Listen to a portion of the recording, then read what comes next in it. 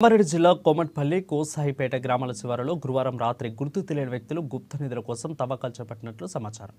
ఇక కేసాయిపేట గ్రామస్తులు కొందరు శుక్రవారం ఉదయం పంట చేసుకునే చేనులకు బహిర్భూమికి గ్రామ శివారులోకి వెళ్లగా ఒక ప్రదేశంలో పూజలు చేసినట్లు గుర్తించారు. విషయాన్ని గ్రామస్తులకు సమాచారం ఇవ్వడంతో వారు ఘటనా స్థలానికి రాక పూజలు చేసి గుంత తీసి పూడ్చినట్లు ఉండడంతో గుప్త నిధుల కోసం తవ్వకాలు గుర్తించారు. ఇక అదేవిధంగా సదరు స్థలం గ్రామానికి చెందిన గంపల సాయిలకు చెందినది. ఇక గతంలో సాయిలు అదే ప్రదేశంలో బోరు వేయడంతో గుప్త నిధులు కనిపించినట్లు ప్రచారం జరిగింది.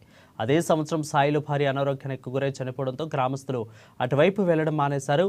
గత 3 సంవత్సరాల క్రితం కోమట్పల్లి అటవీ ప్రాంతంలో పలువురు గుప్త నిధుల కోసం తవ్వుతుండగా గ్రామస్తులు వెంబడించి పట్టుకుని పోలీసులకు అప్పగించారు. తిరిగి అదే ప్రాంతాల్లో గుప్త నిధుల కోసం క్షుద్ర పూజలు చేసిన విషయం కలకలం రేపుతోంది.